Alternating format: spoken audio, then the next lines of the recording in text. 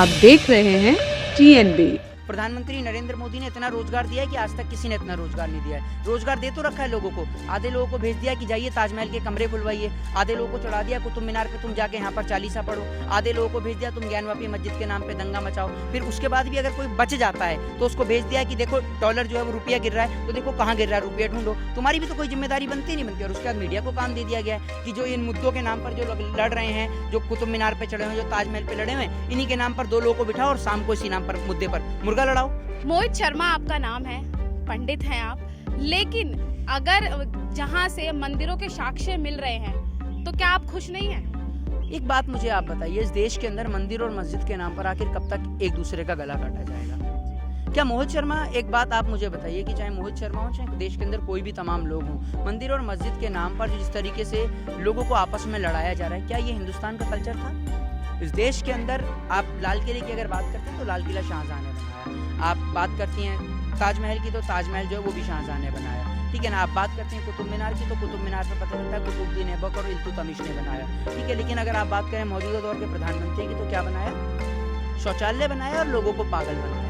आज देश के अंदर चाइना कब से बैठा हुआ है, लेकिन प्रधानमंत्री मोदी बोलने की हिम्मत नहीं रखते हैं क्योंकि मोदी जी डरते हैं। मोदी जी का 56 इंच का सीना जो है टाइम टाइम पिस करने लग जाता है नाम सुनते ही चाइना का। मोदी जी एक डरपोक प्रधानमंत्री है। अगर मोदी जी एक ताकतवर प्रधानमंत्री होते तो आज तक चाइना को जवाब दे चुके होते। मोदी जी डरते हैं इसलिए पाकिस्तान की बिरयानी खाते हैं। मोदी जी डरते हैं इसलिए पाकिस्तान में केक कटवाने के लिए जाते हैं। मोदी जी डरते हैं इसलिए उनके नेता जो हैं वो तमाम जगह पर जाते हैं, जिन्ना की मजार पे कभी फूल चढ़ाते हैं, और इनका तो बस नहीं चल रहा है। वरना तो ये आप ये देखिए कि लाल किला का जो है वो नाम बदल दे, ताजमहल का भी नाम बदल दे, ताजमहल का नाम बदल के ये कहते हैं अमित शाह की हवेली, और लाल किला का नाम बदल के लाल किले को कर दें लाल कृष्ण आडवाणी की नो एंट्री, ये भी कर सकते हैं, कोई बड़ी बात नहीं है। नमस्कार, आप देख रहे हैं TNB, मैं हूं आपके साथ निशा लखवाल। इस समय देश में बहुत से मुद्दे चल रहे हैं, चाहे फिर वो कांग्रेस से रिलेटेड हो या बीजेपी से या फिर किसी धर्म से रिलेटेड हो। इन्हीं सभी मुद्दों को लेकर आज हमारे साथ बातचीत करने के लिए मौजूद हैं सोशल एक्टिविस्ट हैं मोहित शर्मा। सर, बहुत बहुत स्वागत है आपका। जी, मैं आपका और आपके तमाम दर्शकों का भी बहुत बहुत शुक्रिया अदा करता हूँ। मेरा सबसे पहला सवाल यही है कि कोई एक समय था जब बीजेपी की बुराइयां की जाती थी और आज उसी बीजेपी का दामन थाम लिया है हार्दिक पटेल ने, क्या कहेंगे? देखिए, सबकी राजनीतिक में एक अलग अलग अपनी अपनी विचारधारा हो सकती है, लेकिन आज के दौर में अगर कोई जो व्यक्ति कल तक भारतीय जनता पार्टी की बुराई किया करता था, आज भारतीय जनता पार्टी का दामन थाम रहा है, तो निश्चित तौर पर यह सरासर गलत है। और वो गलत इसलिए है कि आप लोग जो है वो विरोध करते थे, और ये समय है विरोध करने का, ये समय है विपक्ष को मजबूत करने का, लेकिन आप विपक्ष को छोड़कर जा रहे हैं। मतलब आपकी मानसिकता दर्शाती है कि आप लोगों को अगर राजनीति में अच्छी पोस्ट ना मिले, आपको राजनीति के अंदर एक अच्छा फेस ना मिले, तो आप पार्टी को छोड़कर चले जाते हैं। आप किसी पॉलिटिकल पार्टी को ज्वाइन इसलिए करते हैं, आप उससे आशा ये लगाते हैं कि वो आपको या तो सीएम का कैंडिडेट बनाए, या आपको मेंबर ऑफ पार्लियामेंट के इलेक्शन में आपको सांसद का कैंडिडेट बनाए, या आपको राज्यसभा भेजे। आपकी मंशाएं ये होती हैं। मतलब आपकी मंशा ये नहीं है कि आप गरीब की जनता की जो आवाज़ हैं, जो यूथ की जो आज की जो प्रॉब्लम्स हैं, चाहे वो आपका एजुकेशन हो, हेल्थ हो, डेवलपमेंट हो, इसके ऊपर जो यूथ आजकल खासकर आवाज़ उठा रहा है, उसको आप मजबूत करें। हार्दिक पटेल खुद एक यंगस्टर हैं, लेकिन हार्दिक पटेल का फर्ज बनता था कि एक यंगस्टर होने के नाते वो देश के यंगस्टर्स के साथ आकर खड़े हुए और देश के यंगस्टर्स की जो मूलभूत आवश्यकताएं हैं, एजुकेशन, जो मैंने आपको बोला, हेल्थ और डेवलपमेंट और रोजगार, अनएम्प्लॉयमेंट जो है, इन सब को लेकर आवाज उठाएं। लेकिन वो तो खुद भारतीय जनता पार्टी का दामन, लेकिन वो तो यही कह रहे हैं कि उनको काम ही नहीं दिया जा रहा था कांग्रेस की तरफ से, खाली बैठे हुए थे। अब उनको तो काम करना है देश के लिए। ठीक है, अगर आपको काम नहीं दिया जा रहा था तो आप अगर पार्टी छोड़ते तो आप निर्दलीय रहते, निर्दलीय रहते, आप किसी दल में नहीं जाते, आप किसी दल में नहीं जाकर आप देश के यंगस्टर्स की आवाज़ को बुलंद करते। लेकिन आपने ऐसा नहीं किया, क्योंकि आपकी मानसिकता यही थी कि आपको पार्टी में कोई ना कोई पोस्ट दी जाए, आपको कोई सांसद पोस्ट दी जाए, आपको राज्यसभा भेजा जाए, आपको सीएम का कैंडिडेट बनाया जाए, फेस बनाया जाए। आप यही चाहते हैं और आप यही आशा करते थे, जिस कारण से आपने भारतीय जनता पार्टी को थामा। क्योंकि भारतीय जनता पार्टी क्या है, भारतीय जनता पार्टी का तो काम ही यही है, नेताओं की खरीद फरोख्त का काम। सबसे बड़ा काम भारतीय जनता पार्टी का यही है कि नेताओं की खरीद फरोख्त करना। यही काम भारतीय जनता पार्टी स्टार्टिंग से करती आई है, और आने वाले वक्त में गुजरात का चुनाव है, जिस कारण भारतीय जनता पार्टी इस प्रकार की हरकतें कर रही है। आपको लगता है कि गुजरात में जो चुनाव होंगे उसमें एक बड़े पद का दावेदार जो है हार्दिक पटेल को तो दावेदार बनाया जाए, बिल्कुल बनाया जाए या नहीं बनाया जाए, वो भारतीय जनता पार्टी डिसाइड करेगी। मैं कोई भारतीय जनता पार्टी का कोई उनका पोस्ट होल्डर व्यक्ति नहीं हूँ जो मैं भारतीय जनता पार्टी के बारे में आपको बता सकता हूँ। भारतीय जनता पार्टी बनाती है नहीं बनाती है वो मायने नहीं रखता है, लेकिन हार्दिक पटेल का जाना भी कोई मायने तो इसी मतलब आज गुजरात का जो यंगस्टर्स है, मैं गुजरात अभी होके आया, अहमदाबाद होके आया, सूरत होके आया हूँ और बहुत सारी जगह मैं होके आया, पूरा गुजरात के अंदर बहुत सारी जगह मैंने होके आया हूँ। तो गुजरात का जो यंगस्टर है, गुजरात का यंगस्टर आज एजुकेशन मांग रहा है बेस्ट। आज गुजरात का यंगस्टर से ये कहता है कि आज जो आपने सरदार पटेल के नाम पर जो हमारे से, या फिर गांधी के नाम पर जो हमारे से वोट लिए, लेकिन आपने सरदार पटेल को भी नहीं छोड़ा और गांधी को भी नहीं छोड़ा, क्योंकि सरदार पटेल ने आरएसएस को बैन लगाया था, इसलिए आपको सरदार पटेल से भी नफरत होने लग गई है। तो आज गुजरात का आदमी ये कह रहा है कि आज लड़ाई है सरदार पटेल गांधी वर्सेस नरेंद्र मोदी, और हम इस लड़ाई में गांधी और पटेल को जिताएंगे, ना कि नरेंद्र मोदी को जिताएंगे।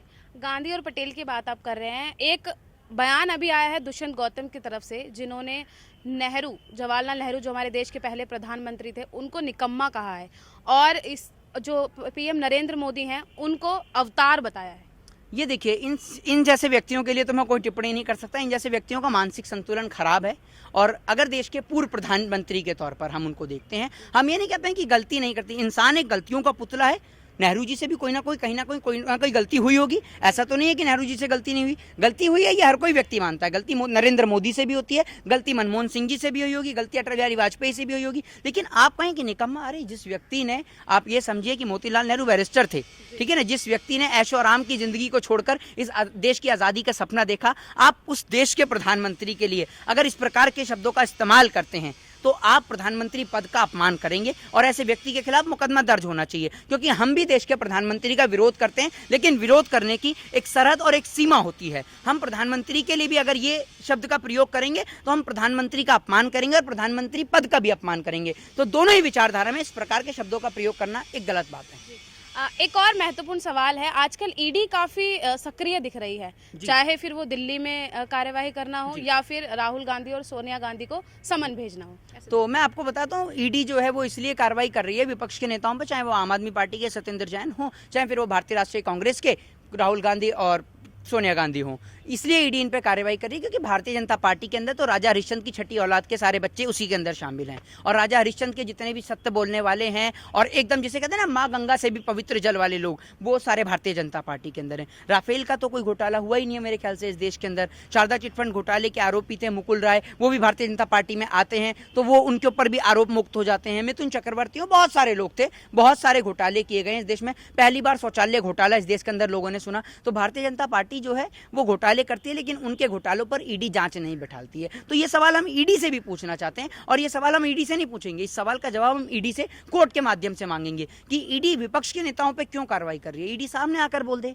कि भाई विपक्ष के नेता आवाज ना उठाएं, सरकार के खिलाफ नहीं आवाज उठाएंगे, बंद कर दिया जाएगा जेल में। बोलिए ना क्लियर तौर पर।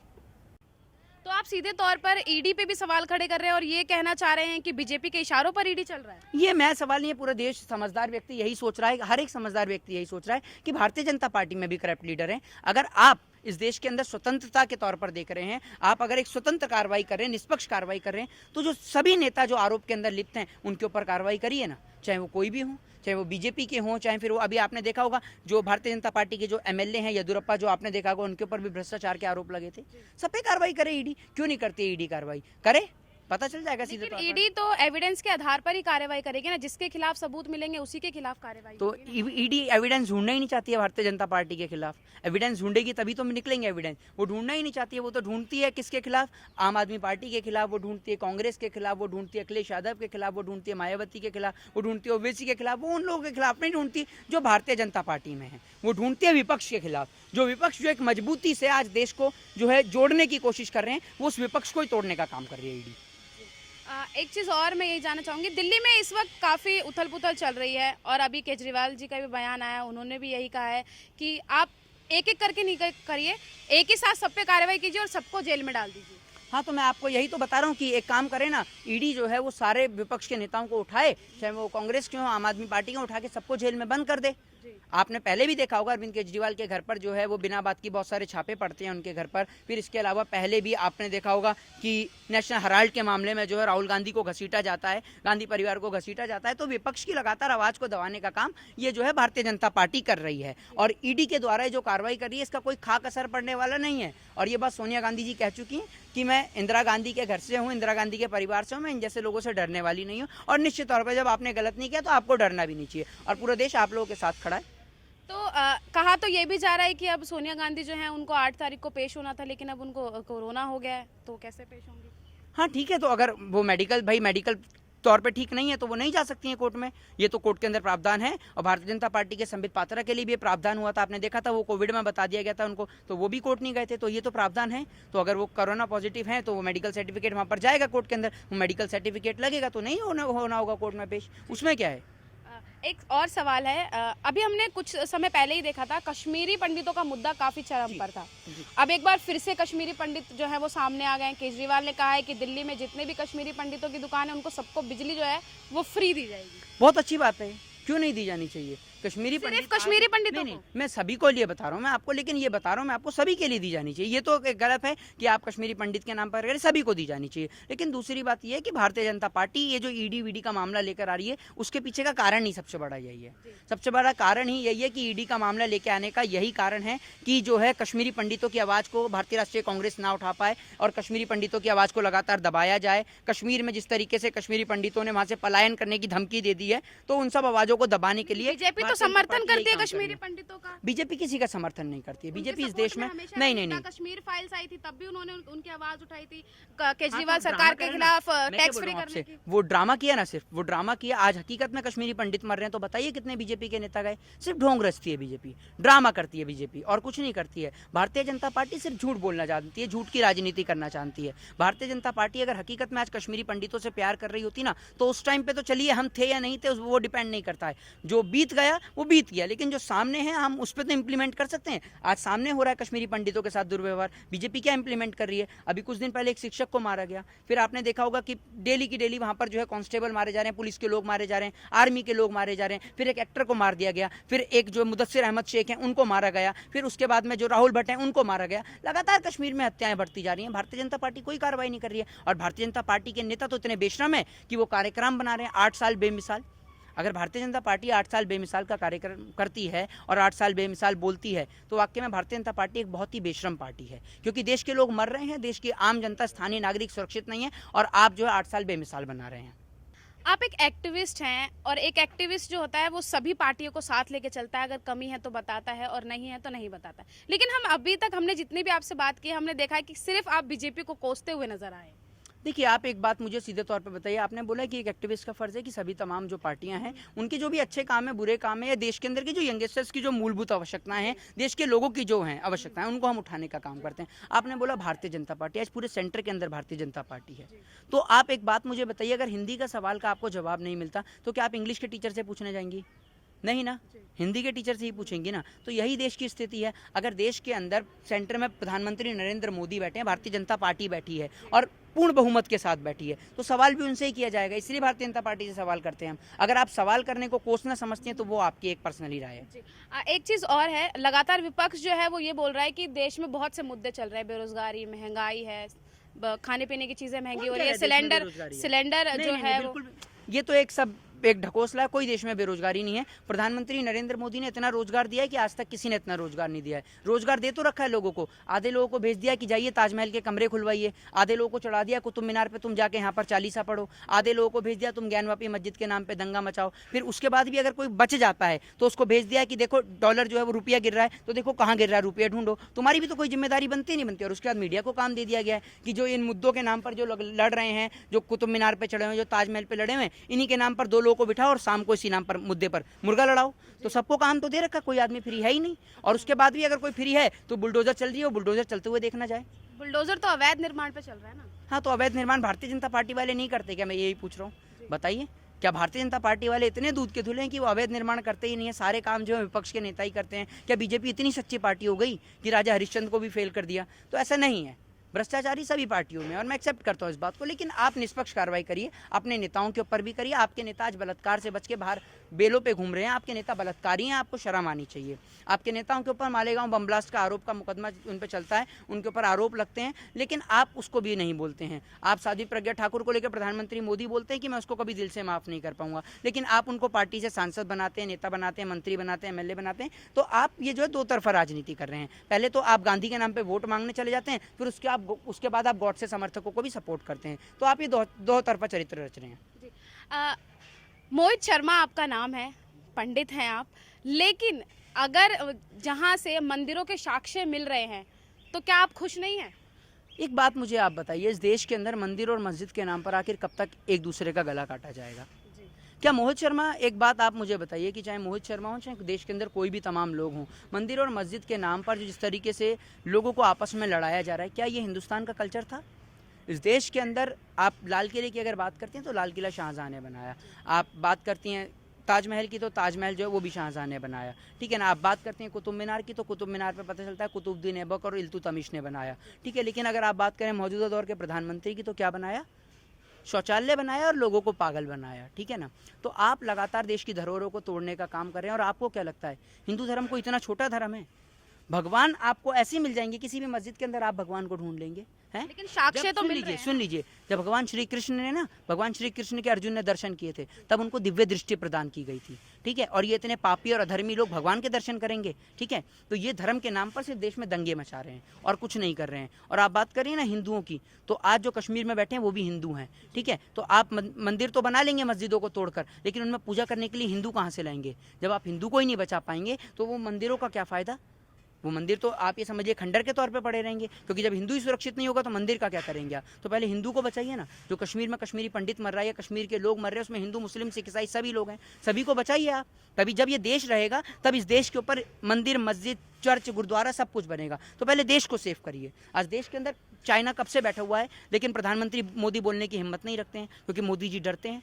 मोदी जी का 56 इंच का सीना जो है टाइम टाइम पिस करने लग जाता है नाम सुनते ही चाइना का। तो मोदी जी एक डरपोक प्रधानमंत्री हैं। अगर मोदी जी एक ताकतवर प्रधानमंत्री होते तो आज तक चाइना को जवाब दे चुके होते। मोदी जी डरते हैं इसलिए पाकिस्तान की बिरयानी खाते हैं। मोदी जी डरते हैं इसलिए पाकिस्तान में केक कटवाने के लिए जाते हैं। मोदी जी डरते हैं इसलिए उनके नेता जो हैं वो तमाम जगह पर जाते हैं, जिन्ना की मजार पर कभी फूल चढ़ाते हैं। और इनका तो बस नहीं चल रहा है, वरना तो ये आप ये देखिए कि लाल किला का जो है वो नाम बदल दें, ताजमहल का भी नाम बदल दें, ताजमहल का नाम बदल के ये कर दें अमित शाह की हवेली, और लाल किला का नाम बदल के लाल किले को कर दें लाल कृष्ण आडवाणी की नो एंट्री। ये भी कर सकते हैं लोग, कोई बड़ी बात नहीं इनके लिए।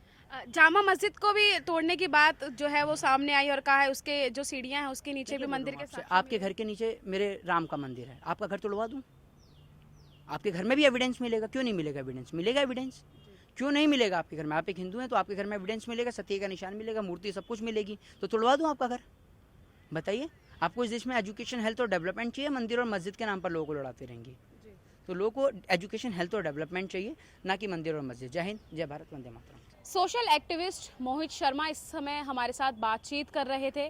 आपने देखा कि तमाम जो इशू हमारे देश में इस वक्त चल रहे हैं उसको लेकर हमने आज उनसे बात की, क्या कुछ उनके विचार थे और किस तरीके से बीजेपी को लेकर उन्होंने तमाम तरीके के बीजेपी जो हमले बोले हैं वो भी आप इस वीडियो के माध्यम से देख चुके हैं। क्या कुछ उनका कहना है, दरअसल ईडी को लेकर भी उन्होंने सीधे तौर पर जो है वो सवाल खड़े कर दिए हैं ईडी के ऊपर कि अब बीजेपी के इशारों पर ही ईडी चल रही है, बीजेपी के नेताओं पर कार्यवाही नहीं की जाती है, बाकी जो विपक्ष के नेता हैं उन पर कार्यवाही की जाती है। देश को एजुकेशन और हेल्थ की ज़रूरत है, ना कि मंदिर और मस्जिद की। ये तमाम मुद्दे आज मोहित शर्मा की तरफ से उठाए गए थे और सीधे तौर पर सवाल पूछे गए थे भारतीय जनता पार्टी से। आप इन सभी मुद्दों पर क्या सोचते हैं, अपनी क्या राय रखते हैं, हमें कमेंट बॉक्स में ज़रूर बताइएगा। कैमरा पर्सन शुभम सिन्हा के साथ मैं निशा लखवाल, TNB न्यूज़, दिल्ली। हमारे ताज़ा अपडेट्स पाने के लिए चैनल को सब्सक्राइब करें, बेल आइकन प्रेस करें, वीडियो को लाइक और शेयर करना ना भूलें।